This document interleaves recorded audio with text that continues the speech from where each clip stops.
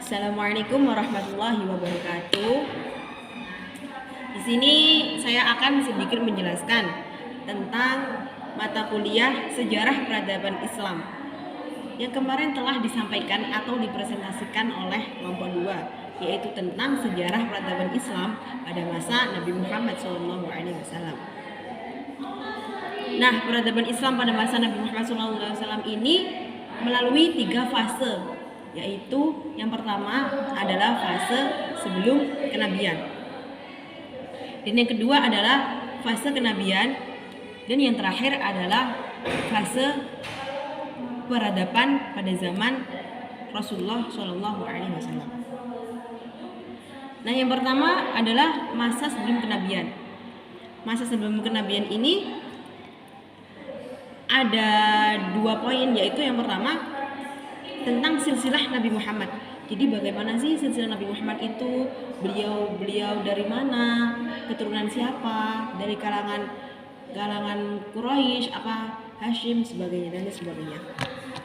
Dan yang kedua adalah tahun kelahiran dan 40 tahun sebelum kenabian. Nah, yang pertama kita bahas yang pertama dulu nih, yaitu silsilah Nabi Muhammad SAW. Bagaimana sih silsilah Nabi Muhammad SAW itu dan dari mana? Nah, keluarga Nabi ini dikenal dengan sebutan keluarga Hashimiyah. Karena apa? Karena nama ini dinisbatkan oleh kakek beliau, yaitu Hashim bin Abdul Manaf. Nah, Hashim bin Abdul Manaf ini adalah orang yang memegang urusan air minum dan makanan, dan juga orang yang pertama melakukan jalur perdagangan dalam 1 tahun di Arab Saudi.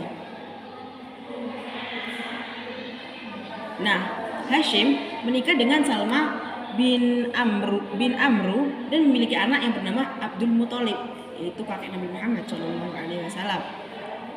Nah, setelah Abdul Muthalib meninggal, maka urusan pemerintahan itu diserahkan kepada Abdul Muthalib. Nah, Abdul Muthalib ini juga adalah salah satu laki-laki terpandang dan terhormat yang dijuluki dengan Al-Fayad, yaitu sang dermawan. Karena beliau adalah sosok yang dermawan, suka memberi kepada sesama, baik hati dan tidak sombong. Nah, Abdul Muthalib itu juga mempunyai anak yang bernama Abdullah. Nah, Abdullah ini juga menikah dengan Aminah bin Wahab dan melahirkan keturunan, yaitu Rasulullah SAW. Nah, maka Rasulullah ini silsilahnya itu berasal dari Abdullah, setelah itu Abdul Muthalib, setelah itu Abdul Manaf. Nah, yang kedua adalah kelahiran 40 tahun sebelum kenabian. Nah, kelahiran 40 tahun sebelum kenabian itu ada kalanya ada 9 poin. Yang pertama adalah pasukan gajah, dan kedua kelahiran Nabi Muhammad SAW. Yang ketiga di tengah kabilah Bani Sa'ad. Yang keempat kembali ke pengasuhan ibunda. Yang kelima dalam asuhan kakek, dalam asuhan paman, mengembalakan kambing, berdagang, menikah dengan Khadijah, renovasi Ka'bah, jenjang masa kenabian, dan lain sebagainya.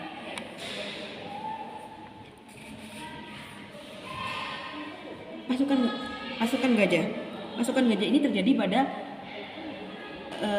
Februari 571 Masehi, tepatnya yaitu sebelum Rasulullah lahir ke Mekah atau lahir ke dunia ini. Dan yang kedua adalah kelahiran Nabi Muhammad SAW.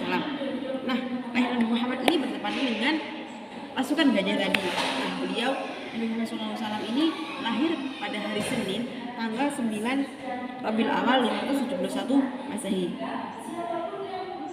Beliau juga memiliki nama Nabi Muhammad ini diberikan oleh kakeknya yang bernama Abdul Muthalib. Nah, selain itu beliau juga memiliki nama lain, yaitu Ahmad, yang mempunyai arti tak ada seorang pun yang memuji Tuhannya kecuali Rasulullah. Nah, Beliau selain mempunyai ibu, beliau juga mempunyai ibu susu, yaitu Siti Halimah. Dan yang kedua adalah fase kenabian. Fase ini dimulai ketika Nabi bertahanus atau berhalwat, ya biasanya berhalwat di Gua Hira. Nah, itu pada saat bangsa Arab itu masih menyembah berhala. Lama, berapa tahun. Nah, itu juga di saat itu juga Rasulullah itu diberi amanah atau menerima wahyu. Nah, wahyu pertama itu adalah surat Al-Alaq ayat 1 sampai 6. Nah, fase kenabian ini berlangsung selama 22 atau 23 tahun. Ya, semenjak lahirnya Rasulullah diangkat menjadi rasul sampai ketika beliau wafat. Nah, ada kalanya dakwah Nabi ini dibagi menjadi 2 periode, yaitu periode Mekah dan periode Madinah. Yang ketiga adalah peradaban pada masa Rasulullah SAW. Nah, peradaban Rasulullah ini paling terkenal, paling masyhur atau paling dasar itu saat pada masa periode Madinah, di mana saat periode Madinah itu terjadi perubahan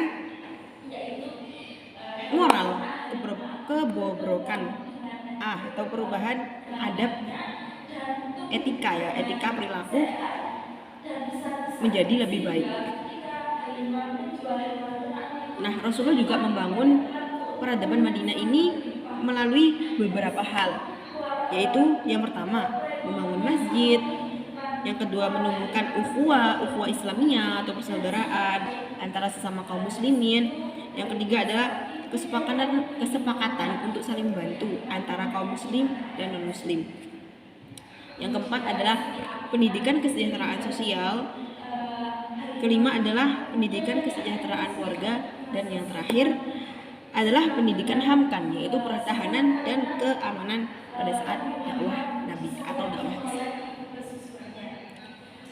Sudah cukup sekian ya penjelasan dari saya, karena kemarin sudah dijelaskan atau sudah dipresentasikan oleh kelompok 2. Sekian, akhirul kalam. Apabila ada salah kata, saya mohon maaf yang sebesar-besarnya. Ihdinas siratal mustaqim.